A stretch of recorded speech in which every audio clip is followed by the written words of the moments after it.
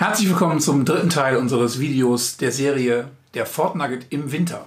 Im ersten Teil haben wir euch ja gezeigt, wie wir unseren eigenen Nugget winterfest machen, denn wir nutzen ihn ja das ganze Jahr. Im zweiten Teil haben wir mit Katja Seidel darüber gesprochen, wie sie ihren Nugget für ihre Norwegen-Reise vorbereitet hat.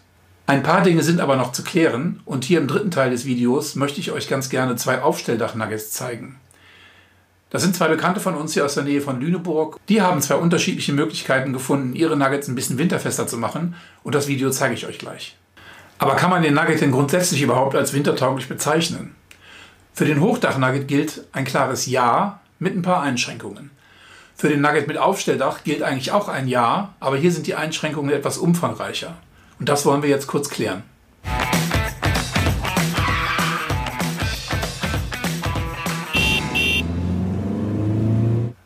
Der Ford Transit Custom als Basisfahrzeug für den Ford Nugget ist ja mal grundsätzlich genauso wintertauglich wie jeder Pkw oder jeder Transporter auch. Die Karosserie ist von Ford nicht extra gedämmt worden. Auch Westfalia hat hier beim Umbau nicht extra irgendwelche Dämmungen eingebaut. Extra aufgebaute Reisemobile sind in der Regel allerdings richtig gedämmt. Was den Nugget aber grundsätzlich wintertauglich macht, ist erstmal seine tolle Standheizung. Es handelt sich dabei um eine diesige Bläserheizung von der Firma Eberspecher und die ist mit 3 Kilowatt Leistung ziemlich gut ausgestattet.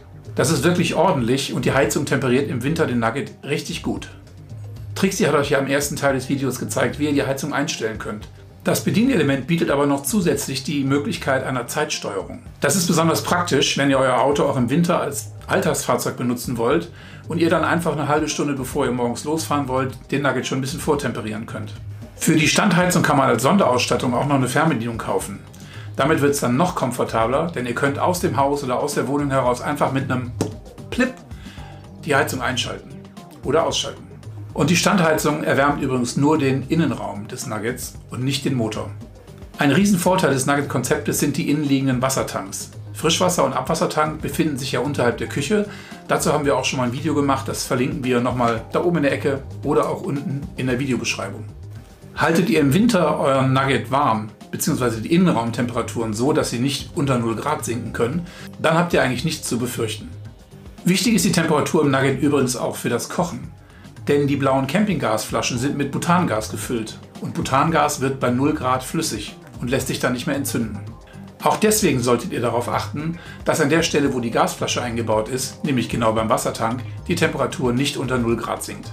Idealerweise lasst ihr die Heizung bei sehr tiefen Temperaturen ganztägig durchlaufen.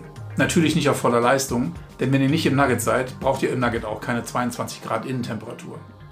Eine ganz wichtige Sache noch zur Heizung. Die funktioniert dann mit Diesel und diesen Kraftstoff zieht sich die Dieselheizung aus dem ganz normalen Tank des Ford Transit Custom.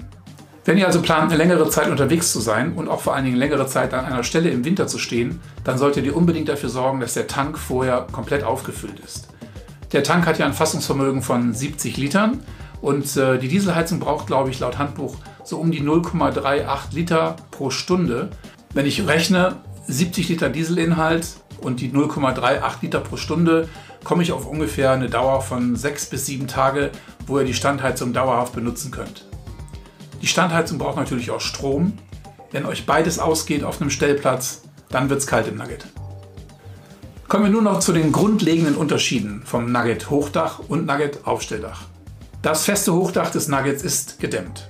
Zwischen den beiden GFK-Schichten im Dach befindet sich eine 10 mm starke Dämmung. Diese Dämmung sorgt dafür, dass der Nugget als Reisemobil im Winter wirklich gut zu benutzen ist. Die Innenseite des Hochdaches ist mit einem schönen weichen Stoff verkleidet. Den gleichen Stoff findet ihr auch in den Oberschränken im Hochdach. Das Dach des Aufstelldach-Nuggets ist natürlich prinzipbedingt nicht gedämmt. Die Dachschale selber ist zwar auch aus GFK gefertigt, aber die Seitenteile des Daches sind natürlich aus Zellstoff und deswegen absolut ungedämmt. Bei aufgeklapptem Hochdach wird es also oben im Bett relativ schnell kalt. Da werdet ihr wahrscheinlich einen ziemlich guten Schlafsack benötigen, wenn ihr da im Winter oben drin schlafen wollt. Es gibt auf dem Zubehörmarkt aber einiges an Extras, was man für den Aufstelldach-Nugget kaufen kann, um im Aufstelldach für ein bisschen Dämmung zu sorgen. Und damit kann man dann auch mit einem Nugget-Aufstelldach im Winter durchaus mal für ein paar Tage zum Camping fahren. Uns fehlt es natürlich als Nugget-Hochdachfahrer da ein bisschen an Erfahrung, aber ich habe mir sagen lassen, dass es durchaus gut funktioniert, da mal ein paar Tage unterwegs zu sein. Wenn ihr keinen Thermoschal oder keine Mütze für euren Aufstelldach-Nugget habt, dann werdet ihr wahrscheinlich das Dach nachts zuklappen und unten auf der Sitzbank schlafen. Aber wie macht ihr das? Schlaft ihr im Aufstelldach im Winter auch wirklich oben Nur mit Schlafsack vielleicht oder mit einer dicken Decke? Schreibt doch mal unten in die Kommentare, was ihr dazu sagt. Eine Sache, die allerdings alle Campingfahrzeuge betrifft, also nicht nur den Nugget, ist das Thema mit Kondenswasser. Hier ist es besonders wichtig, dass ihr darauf achtet, wenn sich Kondenswasser bildet, dass ihr das jeden Tag aufnehmt und wegwischt. Denn sonst habt ihr wirklich hinterher, ja, wie hat Katja das in ihrem Video gesagt, eine Tropfsteinhöhle in eurem Auto. Und das will ja niemand haben. Was im Winter auch wichtig ist, ist, dass ihr regelmäßig eine Stoßlüftung durchführt.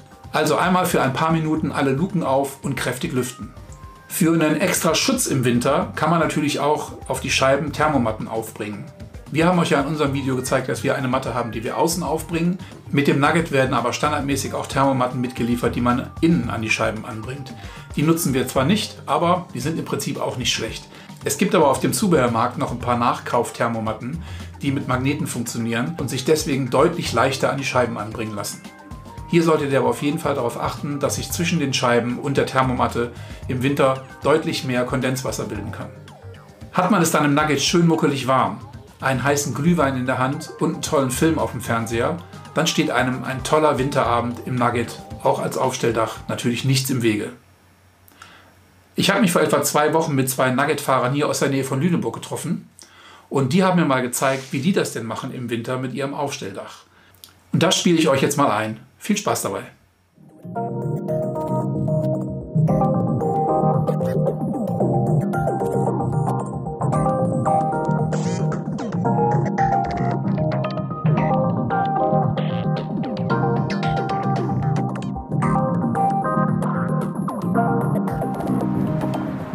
So, es geht jetzt darum, hier auf dieses Aufstelldach einen Thermoschal zu basteln. Und der Thermoschal befindet sich da drin. Und da drüben befindet sich der Dennis. Hallo. Hallo Dennis. Du bist der Nugget-Fahrer von dem schönen orangefarbenen Nugget namens Frieda, habe ich gehört. Ne? Richtig. Und du hast gesagt, du kannst dieses Thermoding jetzt ganz alleine drauf bauen. Richtig. Dann leg mal los. Gut.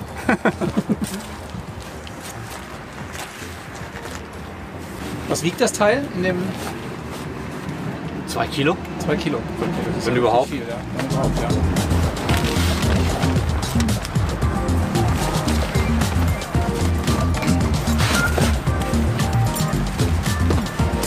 Oh Gott, das ist ja riesig. Man muss nur darauf achten, welche Seite man hat. Genau. Also nicht, also welche Seite außen, welche Seite innen? Hier einen kleinen Zettel. Ah, okay. Das ist rechts Die außen. Kette. Das ist rechts außen. Genau. Okay. Das ist dann hinten die Kante. Ah ja. Ist ein bisschen friemelig.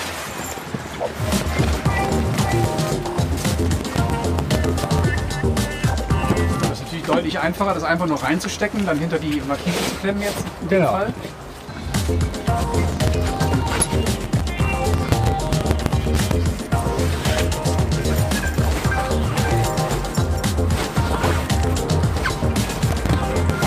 Du musst schon ein bisschen dran zerren, ne? Damit es auch wirklich. Man muss ein bisschen dran ziehen. Wir haben uns auch Bänder rannähen lassen. Ah, die sind nicht standardmäßig. Nee, dran? die sind nicht standardmäßig dran, damit man dann besser zusammenziehen kann. Ah, alles klar, okay, Weil es wäre nur mit Klettverschluss. verstehe.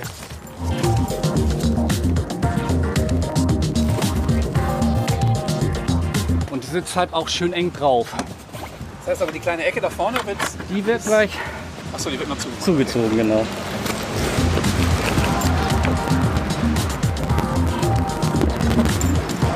Das heißt, irgendwo fehlt dir noch ein Zentimeter? Oder? Genau, muss ein bisschen hin und her ziehen. Aber im Großen und Ganzen wäre es jetzt schon so, dass das fertig ist. Guck mal gerade eben, das Material ist ja eigentlich gar nicht so wahnsinnig dick, ne? Krass.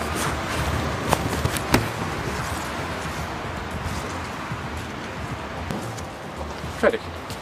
Gut, das waren jetzt ja, 5 Minuten. 6 Minuten, sagt meine Uhr auf dem Oder Handy. 6 Minuten. Also 6 Minuten, 5, 6 Minuten, das alleine ist schon echt ganz gut. Und jetzt habt ihr ja den Vorteil, also das Dach bleibt frei, das heißt eure Solaranlage, die ihr oben habt, die ist weiterhin benutzbar. Richtig. Natürlich, es fehlt Licht im Auto. Es wird Licht. Das ist jetzt blickdicht, für euch ein Vorteil Richtig. oder eher ein Nachteil? Für uns ein Vorteil. Das Kind schläft oben Ja. und die findest oben dunkel schön. Dunkelschöner, okay, Ja. super.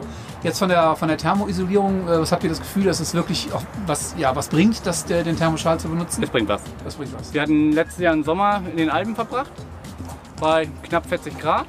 Und das war dann schon angenehm kühler im Auto.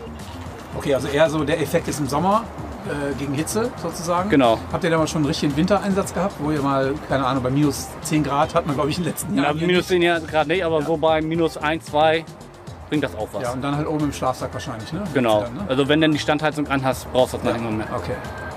Ja, das sieht doch schon mal ziemlich cool aus. Ja, prima, vielen Dank. Bitte. Doch eine Frage habe ich noch. Na. Was kostet so ein Teil? So ein Thermoschal? Das mit 400 Euro. 400 Euro. Circa. Okay. Wunderbar, super. Dann sage ich jetzt mal Dankeschön. Bitte. So, jetzt haben wir hier diesen wunderbaren, schönen blauen Ford Nugget mit Aufstelldach. Und hier gibt es jetzt eine Mütze. Und der Nachteil der Mütze ist, dass man die Mütze nur montieren kann, wenn das Dach geschlossen ist. Und deswegen muss der Tobias jetzt erstmal das Dach wieder runterbauen und dementsprechend dann die Mütze drauf zu montieren. So, in dem Auto gibt es noch eine vierbeinige Alarmanlage, deswegen komme ich hier jetzt nicht zu nah. Aber sie liegt da ganz brav und friedlich in der Ecke. Die tut auch Okay, Tobias, dann erzähl mal was. Was hast du hier für ein Teil? Ich habe eine Mütze mit 3 eingebauten Fenstern Ah, von California Camping. okay, super. Camping. Ist aber nicht für den VW California, sondern natürlich passgenau für den Ford Nugget. Genau, ganz Aufsteller. passt genau. Super. Jetzt hast du mir vorhin erzählt, der Nachteil bei dieser Mütze ist halt die, dass die nur mit geschlossenem Dach montiert werden kann. Ja, Okay. Und Leider du brauchst Gottes. eigentlich idealerweise 2 Personen zum Aufbauen. ja. Das ist Tag. meine Frau. So, dann leg mal los. Dann wollen wir mal gucken, Ja, wir müssen einmal gucken.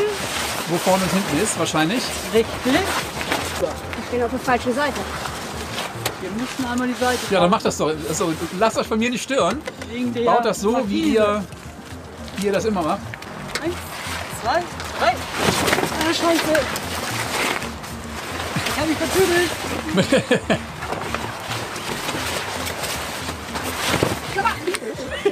Fangen wir von vorne an? Ja, wir können das wegschneiden, ja.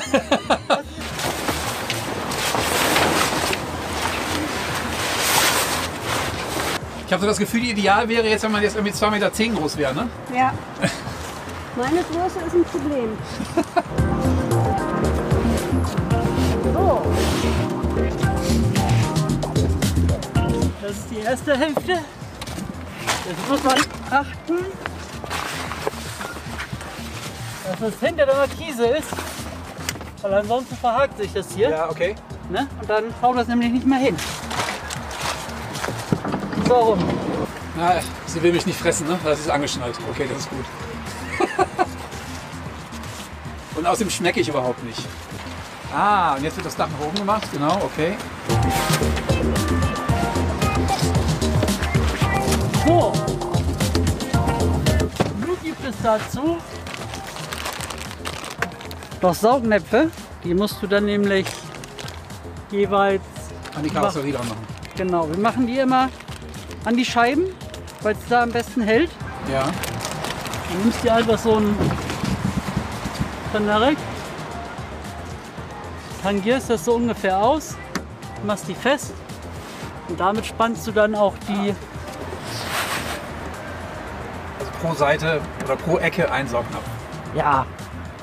Jetzt haben wir natürlich den Vorteil daher, dass wir den Fahrradträger dran haben, dass ich den, da weiß ich auch noch nicht genau wie, hier irgendwo rumwickeln könnte. Ja, dann müsstest ihr vielleicht eine Kugel dran machen an den Genau. an das Gummi. Ja. Dann könnte man das da festspannen. Ne? Genau. Und vorne machen wir die immer an den Spiegel pro Seite. Ah ja, okay. Und dann machen wir hier oben auch noch einen Saugnapf mal ran. Ja, genau. Und dann ist sie fest. Also von der Dauer des Anbringens her war das eigentlich sogar noch schneller als das bei Dennis gerade, fand ich. Okay. Ist natürlich aufwendiger, das drüber ziehen. Ja. Ne? Mit 2 Personen drüber werfen, das ist natürlich schon aufwendiger. Und jetzt vielleicht einmal dazu, der Vorteil von der Mütze ist, dass ihr habt Fenster drin. Ja. Im Gegensatz zur Thermomütze oder zum Thermoschal. Die sind auch an genau der gleichen Position wie die Originalfenster. Ja. Aber nicht so ganz genau. Oh, jetzt kann ich sehen. Doch, ja, genau. Mütze gibt es auch noch ohne. Ohne Fenster. Okay, gut. Aber ich denke mal, mit Fenster ist das schon sinnvoll eigentlich. Ne? Also Ja. von daher nur hinten habt ihr keins. Ne? Hinten haben wir keins. Okay, das heißt aber, es kommt zumindest ein bisschen Licht in das Fahrzeug rein. Ja. Das ist schon mal ganz okay. Wird auf jeden Fall gut abgespannt. Und dann ist das auch gegen Windzug geschützt. Gehen wir Genau. davon aus. Das flattert vielleicht ein bisschen was in der Nacht, Ja. ne? Wenn es mal richtig windig ist. Ne? Ja. Der große Nachteil, den du mir erzählt hast, ist jetzt der, wenn es nass ist. Also wenn es wirklich regnet wie junge Hunde, dann habt ihr das Problem, wenn das Ding vom Dach runterkommt, ist es nass und ihr habt Schwierigkeiten, das irgendwo im Auto unterzubringen. Ja. Dass es halt dementsprechend auch das ganze Auto nicht nass tropft sozusagen. Richtig. Und ihr habt euch dafür ja auch so einen Koffer hier gekauft. Da wollt ihr dann wahrscheinlich die Mütze drin transportieren, ne? Wenn es dann mal soweit sein sollte. Der wird auch nur montiert, wenn wir auf große Reisen gehen. Okay. Hat diese Mütze in irgendeiner Art und Weise eine Art Thermoisolierung oder ist das wirklich jetzt nur ein Regen- und ein Windschutz, mehr Das oder ist weniger? nur wirklich ein Regen- und ein Windschutz. Okay, das heißt also kein Effekt gegen Sonnenschutz, gegen Hitzeeinstrahlung oder auch gegen Kälte? Obwohl es gesagt wird, wenn die wirklich abgespannt ist, wird richtig, dass die Luft hier zwischen ein bisschen isolieren soll. Weil die Mütze steht, wenn sie richtig abgespannt ist, ungefähr 5 cm von dem Hauptdach ab, sag ich mal. Okay. Aber trotzdem, wenn ihr im Winter unterwegs seid, macht ihr die drauf, die Mütze? Wenn sich Schnee ankündigt, auf jeden Fall. Dann ja, ne? Ja. Na gut, aber dann stelle ich mir natürlich auch noch schwierig vor, wenn das Ding jetzt noch zugeschneit ist. Das natürlich runterbringen ist natürlich dann noch anstrengender, ne? Ja, Naja. wir haben sie jetzt letztes Silvester drauf gehabt. Ja. Da hat es zum Glück nicht geschneit. Okay. Da hatten wir so -2 Grad und das war schon okay. Ah, ja. Ne? Ja, und was kostet eure Mütze? Circa 300 €. Also ein bisschen Ersparnis gegenüber so einem Thermoschal, wie Dennis den hat. Aber im Großen und Ganzen passt natürlich farblich jetzt wunderbar auch zu dem Fahrzeug. Ne? Das heißt, es gibt wahrscheinlich auch in mehreren verschiedenen Farben. Ne? Ja, sehr schön. Wunderbar. Dann danke ich dir. Bitte, bitte.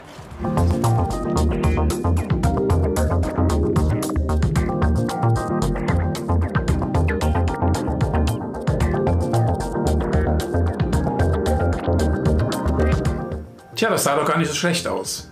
Wie macht ihr das denn bei euch mit eurem Aufstelldach-Nugget? Habt ihr auch einen Thermoschal oder eine Mütze? Oder seid ihr im Winter gar nicht unterwegs? Oder nutzt ihr das Fahrzeug im Winter wirklich nur mit zugeklapptem Dach? Schreibt doch mal in die Kommentare, was ihr davon haltet und wie ihr das macht. Das würde uns sehr interessieren. Das war's also mit unserer kleinen Miniserie der Nugget im Winter. Die beiden anderen Videos, Teil 1 und Teil 2, verlinken wir euch nochmal unten in der Videobeschreibung. Wir hoffen sehr, dass euch diese Videos gefallen haben. Habt ihr Anmerkungen, Hinweise oder haben wir irgendwas vergessen oder falsch rübergebracht, dann schreibt das doch bitte nach unten in die Kommentare. Ja, und jetzt kommen wir zum Ende unseres Videos und wie immer würde ich mich riesig freuen, wenn ihr einen Daumen hoch klickt für das Video und natürlich auch, falls ihr den Kanal Die 2 Mais noch nicht abonniert habt, lasst gerne ein Abo da, das würde uns auch riesig freuen. Und dann würde ich sagen, bis bald. Tschüss!